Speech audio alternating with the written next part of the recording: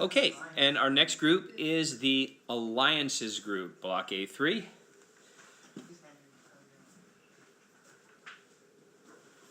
You may begin.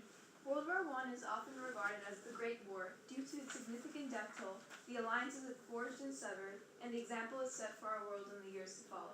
There's heavy speculation around what caused the war. Imperialism, nationalism, and militarism are all claimed to be the main cause.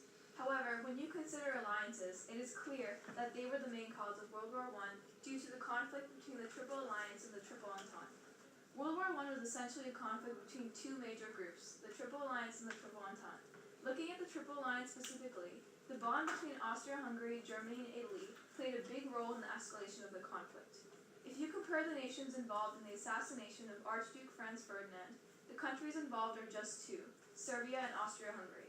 Now, if you look at the countries involved in the middle of the war, Italy, Austria-Hungary, Germany, Serbia, Russia, and more, the parties involved greatly increased. Perhaps the moment when alliances really came into play was when on July 5, 1914, Kaiser Wilhelm of Germany pledged his country's unconditional support for whatever action Austria-Hungary chose to take against Serbia. Germany could have given any other reasonable response, but handing Austria-Hungary a blank check basically enabled them to declare war on Serbia. The alliances between the countries created what was essentially a domino effect. Originally, only two countries were involved, but because of alliances, more and more were dragged into the war. If it weren't for Germany's alliance with Austria-Hungary, the war, with less parties involved, wouldn't have been nearly as devastating as it was. World War I probably wouldn't have been known as the Great War. These bonds, whether they were political, religious, or based on something else entirely, urged countries to defend their ally that was being threatened. Although a case can be made for imperialism, nationalism, and militarism as the main factor of the existence of the war, alliances played the biggest part by far.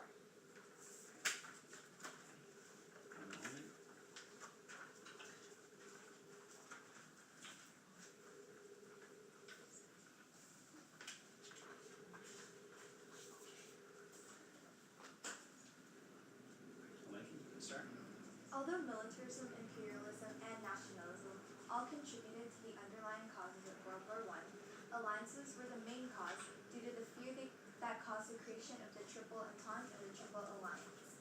In 1882, Germany, Austria-Hungary, and Italy formed the Triple Alliance, which is what Arya talked about. However, the fear caused by the Triple Alliance created a ripple effect that got France, Russia, and Britain to form the Triple Entente. The conflict between these two sides were essentially what World War I was. France and Russia felt threatened by the Triple Alliance because when they formed, they agreed to support each other if attacked by either France or Russia. But because the Triple Alliance specifically targeted both France and Russia, these two countries felt it was necessary to be allies. The fear that these two countries had regarding the alliance forced them to join to protect each other, which, when World War I started, caused more countries to be involved. Britain was frightened by Kaiser Wilhelm II's announcement to create a global German empire and to develop a strong navy. Because Britain had general control of the seas, they saw this as a serious threat to their own empire and navy. The fear that Britain had regarding Germany led Britain to join the Triple Entente alongside Russia and France. Overall, although the causes of World War I are still being debated, alliances were the most significant because of the ripple effect that brought countries into World War I. This was caused by the fear that the Triple Alliance created. There wouldn't have been as big of a war if not for the conflict between the Triple Alliance and the Triple Entente, which in return proves that the main cause of World War I was alliances. Okay. Hey, whose voice did it? What? I mean, Jamie. I'm Jamie's not sure.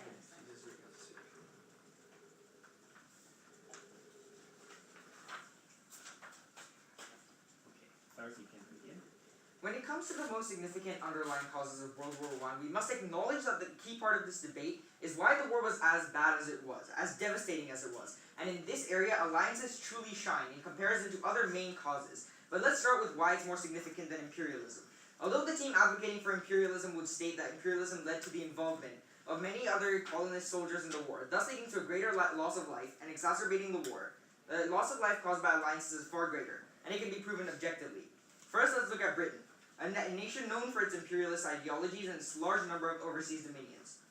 Using data from a 2014 to 2015 annual report published by the Commonwealth War Graves Commission, one can find that about 25% of deaths in the British Empire were from overseas dominions. This number is essentially only applicable to a few nations, such as Britain and France, as many other nations did not have that many colonies, if any at all.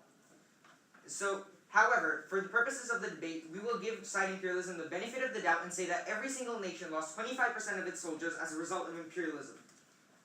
However, this would mean that out of the 37.5 million soldiers that died, according to Encyclopedia Britannica, only about 9.375 were because of imperialism.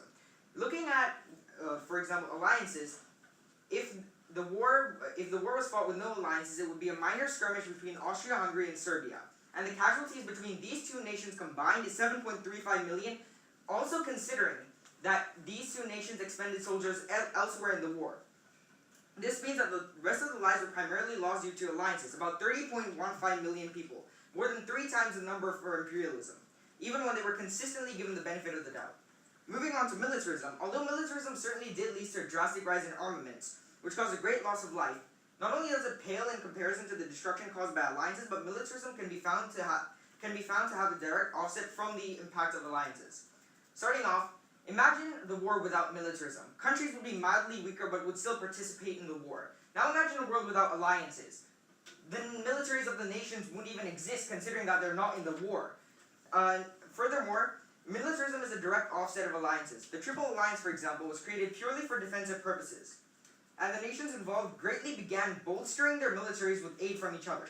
Furthermore, these kinds of alliances created great plagues of fear that led to many other nations adopting militaristic ideologies.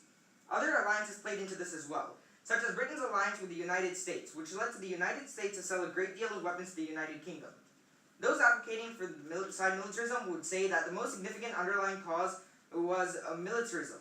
But we say that it was alliances which led to militarism. Effectively, alliances acted as a catalyst for militarism rather than the other way around. And for these reasons, we believe that it was, in fact, alliances that was the most significant cause of World War I. Thank you. What happened to nationalism? How are you attacking them?